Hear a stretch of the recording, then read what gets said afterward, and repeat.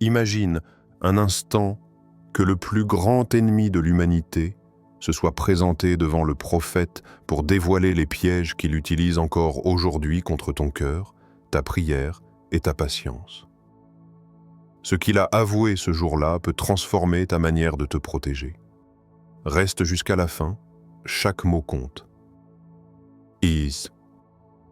Ce récit commence un jour où les compagnons étaient assis autour du prophète, plongés dans cette atmosphère de calme sacré qui entourait toujours sa présence.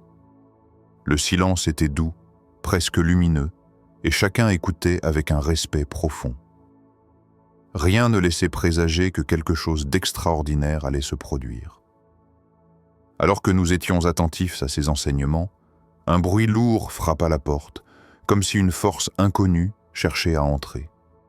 Le prophète leva simplement les yeux, et dans son regard, on comprit qu'il avait déjà saisi la nature de celui qui attendait derrière le seuil. Sans un geste brusque, il laissa l'instant se charger de gravité. Un compagnon se leva pour ouvrir. À peine la porte entr'ouverte, une silhouette inhabituelle surgit. C'était un vieillard au visage tordu, dont la barbe semblait pousser à l'envers. Il avançait lentement, appuyé sur un bâton recourbé, et ses yeux, sombres et perçants, semblaient y fouiller chaque âme présente. Rien dans son apparence n'était ordinaire. Il prononça une salutation étrange. « Assalamu alayka, ô Mohammed » Ces mots sonnaient faux, comme prononcés par une langue étrangère, à la paix. Le prophète répondit avec une fermeté glaciale: « Les salutations appartiennent à Allah, Iblis. Que veux-tu » À cet instant, un silence écrasant s'abattit. Iblis entra, le regard chargé d'une honte mêlée de défi. Il posa son bâton comme on dépose un fardeau, puis prit place face au prophète, comme si cette proximité l'écrasait. Le messager d'Allah lui dit alors avec calme: « Tu es contraint de dire la vérité. Je vais te questionner. Réponds sans mensonge. » Ainsi débuta un échange d'une intensité rare, un dialogue que chaque croyant devrait connaître, car ce jour-là, l'ennemi de l'humanité dévoila ce qu'il cache depuis des siècles. Iblis entra d'un pas lourd, comme s'il portait sur ses épaules une montagne que personne ne pouvait voir. Chaque mouvement semblait forcé, presque douloureux, comme si l'air lui résistait en présence du prophète. Son apparence seule suffisait à troubler le cœur.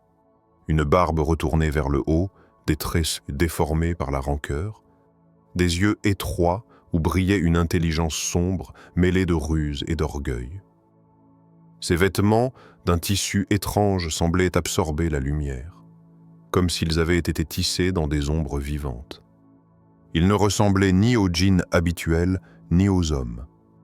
Il était quelque chose entre les deux, une forme sculptée par la désobéissance elle-même.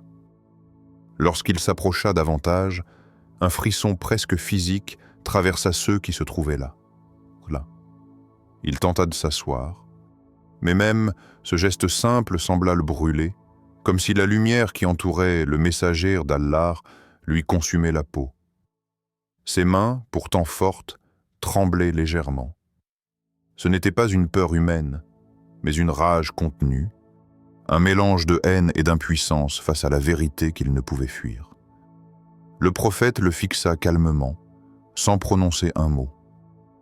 Ce silence, plus puissant que n'importe quelle menace, força Iblis à parler le premier. Sa voix, rauque et brisée, résonna dans la pièce. « Pose tes questions, ô Mohammed. Aujourd'hui, je ne peux ni mentir ni détourner tes paroles. Allah m'impose la vérité. » Alors, le prophète dit d'une voix posée: « Parle de toi. Qui es-tu réellement? Quelle est ton origine?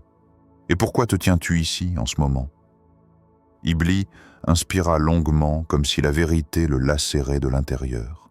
« Je suis de feu, et toi, tu es de lumière.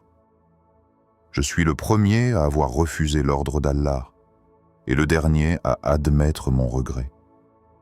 Je circule dans les veines des fils d'Adam lorsqu'ils oublient le rappel. Je ne dors jamais, je ne faiblis jamais, car ma mission est de détourner les cœurs, jusqu'au dernier souffle des humains. Un frisson parcourut l'assemblée, et Iblis poursuivit. J'ai demandé un délai jusqu'au jour du jugement, et Allah me l'a accordé. Depuis, je n'ai qu'un but, affaiblir, égarer, faire tomber. Chaque prière que vous accomplissez est une brûlure sur moi. Chaque dhikr me repousse comme une barrière. Chaque larme sincère d'un croyant est pour moi une défaite humiliante. Il releva alors les yeux, comme vaincu pour un instant, et dit « Aujourd'hui, je suis contraint de dévoiler ce que je cache. Alors demande. Je dirai ce que je ne voudrais jamais révéler. Si cette histoire, t'a touché, like la vidéo, abonne-toi à Rayon d'Allah et écris en commentaire « Oh Allah, rends-nous sincères ». Par ton geste, cette lumière pourra atteindre d'autres cœurs et renforcer encore plus le bien autour de nous.